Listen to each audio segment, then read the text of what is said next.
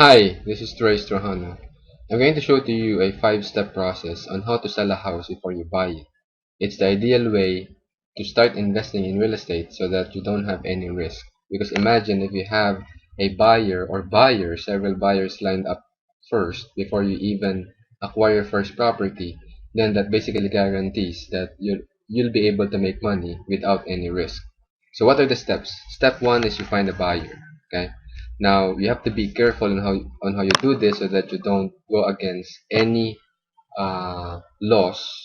Because one of the laws in the Philippines is the RESA law, and basically what it states is that you cannot be what I call a joker broker, meaning you broker a deal without you having a license. So that's no longer allowed. And what I'm advocating here will not you have to be careful, but if you follow what I'm going to tell you, chances are you will not violate the RESA law.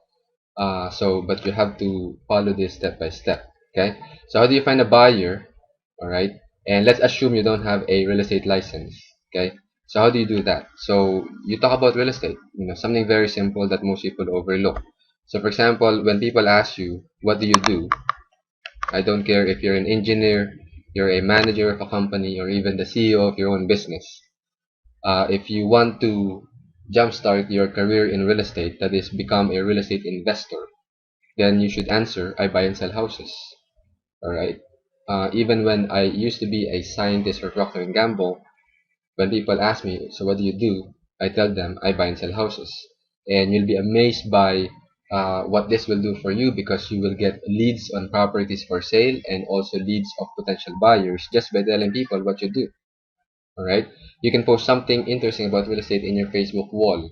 Notice I said something interesting about real estate. I did not tell you to post something like I'm looking for a buyer for blank property.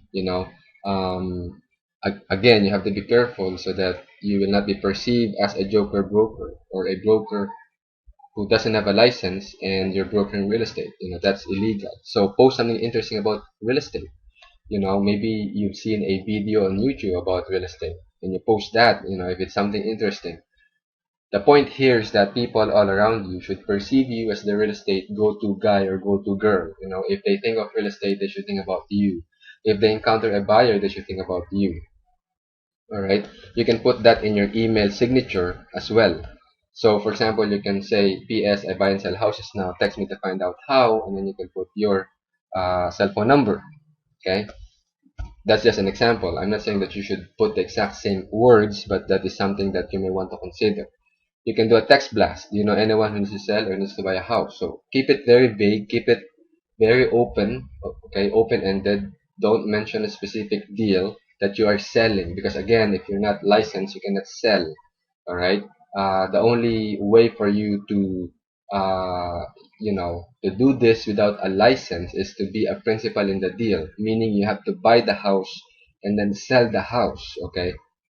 And in the last Think Rich Quick seminar, which is my last ever real estate seminar, I'm going to show you step by step exactly how to do this. Alright, so that's what I mean by talking about real estate.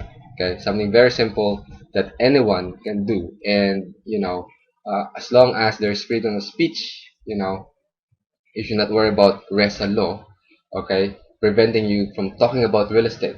Alright, so you can talk about real estate and talk about not specific properties you are selling because again if you don't have a license you cannot sell but talk about it in general. Okay, talk about how interested or how passionate you are about it and people will be attracted to you and people will see and will perceive you as the real estate go-to guy or go-to girl.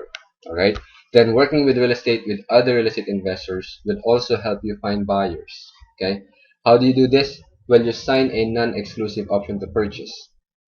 Okay, by signing a non-exclusive option to purchase with another real estate investor, it gives you the right, albeit not exclusive, okay, not exclusive, non-exclusive right to basically buy the property. And if you have the right to buy the property because you have an option on it, then you have the right to sell it, right? Then if you have the right to sell it, then you can market the property. So again, you are acting as the principal in the transaction. You're not acting as a broker because you cannot if you don't have a license. So how do you market properties? Okay, properties of other investors. So the idea there is even if you don't have a property yet, but if you market other investors' properties, and if they're okay with you marketing it, okay, assuming they're okay with you marketing it, then in the course of marketing their properties, then you'll be able to attract buyers. All right, and those buyers then, will be your starting list or your starting point for you to find the right properties for them. Okay, if you're able to sell and close on the deal, that's great because then it will put money in your pocket. But if not, that's okay too because it will allow you to build your buyers database. Okay, so how do you do that? This is how you do it. Very, very simple. WOMM, which stands for word of mouth marketing. You tell everyone you know about the property, okay, that you have a legal right to sell because you have a legal right to buy, okay. You can put that in your Facebook wall. You can do a text blast. You can do an email blast. You can also do what I call ask for a referral technique. And I apologize for the wrong spelling there, but it's ask for a referral technique, okay, which is very, very simple. Which is you ask the question, who do you know wants to buy a blank? So let's say you have a two-bedroom condo in Taguig that you're selling. Then you mention, who do you know wants to buy a two-bedroom condo in Taguig? Okay, so it's more of a soft sell, meaning you're not really pushing to sell the property, but you're asking people to refer you potential buyers. So if they themselves want to buy a two-bedroom condo in Taguig, then most likely they would say, well, I want to buy a two-bedroom condo in Taguig. But if not, then they might have some friends. They might tell you, best case is, you know what, I know someone who wants to buy a condo in Taguig. I will get back to you. Okay, we'll talk to him or her and I'll get back to you. And then worst case is they can tell you right now, I don't know anyone, but I keep it in mind. Okay, so again, something very simple that you can do even if you don't have a license.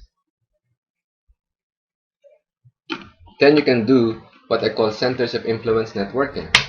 In centers of influence networking, you basically ask people who are already in the business, okay, if they have buyers, okay, for the property that you're looking for. You can also use the asking for a referral technique.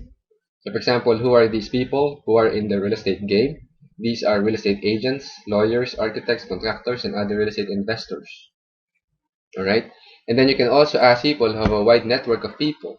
So these are secretaries because they're like the nodes of an office, meaning the people will have to work with the secretaries all the time, and they know a lot of people. They may not be as influential, all right, as the people already in the business, but they might be able to know people, okay, who might need some properties. All right, authors, speakers, again, these are people with wide networks of people and people who have a big network of friends in Facebook, for example. I know people who are not celebrities and they have like 5,000 friends, all right, and you can contact them and ask them, hey, do you know anyone, all right, who wants a blank, okay, a two-bedroom condo in Taguig. Network marketers are also people who by definition have a wide network of people, especially people who are already successful, okay, so you can also contact them and ask for a referral, all right. So there, just through word of mouth and centers of influence networking, you'll be able to find potential buyers. But if that doesn't work, what you can do, okay, what you can do again is very simple. You can do what I call extreme marketing. And in the Think Quick seminar, we go through in detail, step by step, how to do extreme marketing. Alright? What I'll be showing to you here is only one aspect of what I call the marketing triangle, which is the media. Okay, that you have to put your marketing in order to reach as many buyers as you can. You can do online marketing like online classified ads, which for the most part is free. Alright? Then you can also do Facebook ads, which is not free. Okay, but if you know how to do it right, you can do this for a nominal fee and it will give you a great return on your investment, meaning you can get a lot of potential buyers. I mean, think about the OFW buyers, if you know expats out there. So they are out there, and guess how you can reach them? That's right, through Facebook ads. All right, and then the last real estate seminar that I'll be doing, I will go through in detail how to actually put up a Facebook ad step by step. Right? Then blogs are also, popular blogs and popular websites are also one way or two ways actually for you to reach potential target buyers. You can put a banner ads, but again, these blogs and websites should be relevant, okay, to what you're trying to do or to what you're trying to market, which is real estate. Then you can do offline marketing. Okay, you can pass out flyers. All right. You can put out bandit signs, newspaper ads, radio, TV, and even roving ads. All right. As you become more successful in the business, you should spend more on marketing. All right. Even these marketing media that are paid or quite expensive. Okay. So depending on your budget and your goals, putting out radio and TV ads and roving ads and billboards might actually make financial sense. So you just have to do the numbers. Alright, so those are how you market properties, okay, and how you work with other real estate investors so you can start building your buyer's database, okay?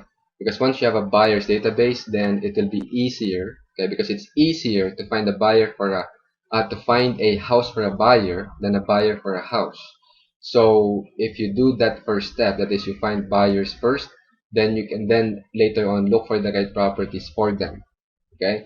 Then the third step that you can do, which is more advanced, and we will go through this in detail in the last real estate seminar that I'll be doing, is you can put up an opt-in page in order to encourage people, okay, to sign up, okay, to encourage potential buyers to sign up. So this is part of a two-step lead generation process, okay, that I've learned from a marketing expert, from a direct marketing expert, and I'm, putting it in the real estate context.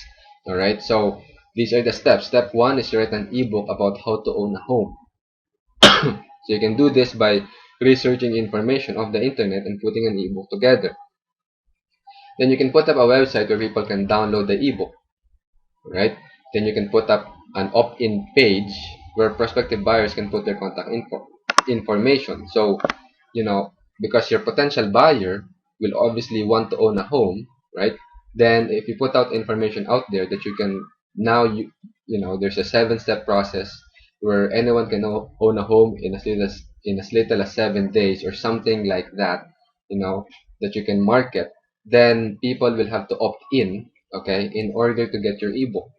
Okay, when they opt in, they will put in their contact information, their name, their email address, their phone number. All right, then you can follow them up. Okay, all right, so now you have that opt-in page, and then you market the opt-in page. You can market it on Facebook if you want to get OFW buyers or Pinoy expats. You can market this on online classified ads, for example, in sulit.com.ph.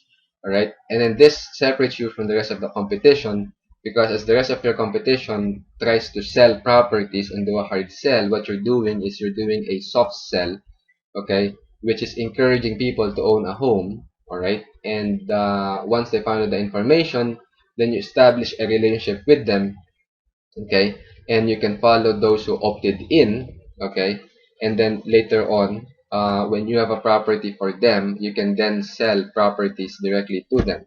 All right, so you can do an email series, meaning it's a series of emails sent to the people who opted in, okay, who wants to get that ebook. All right, and then through the email series, then they're followed up, okay, and you can set this up automatically through autoresponders. You can just Google this. All right, Aweber is an example of an autoresponder that you can use. So this is more advanced stuff, and we will go through this in detail in the upcoming and the last ever Thinkers Quick seminar, all right, by the end of August, okay, the last weekend in August.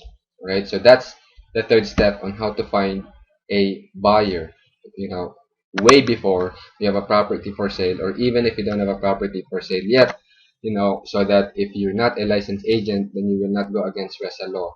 All right, because what I'm advising is, RESA law is actually good for the industry, and you should research more about it, and okay, obviously, so that you will not violate it, whatever. So that's how you find a buyer, even before you have a property, without violating any laws out there. Alright, so with that, this is your mentor Trace Rojano. Thanks for watching, and I will see you in the next video.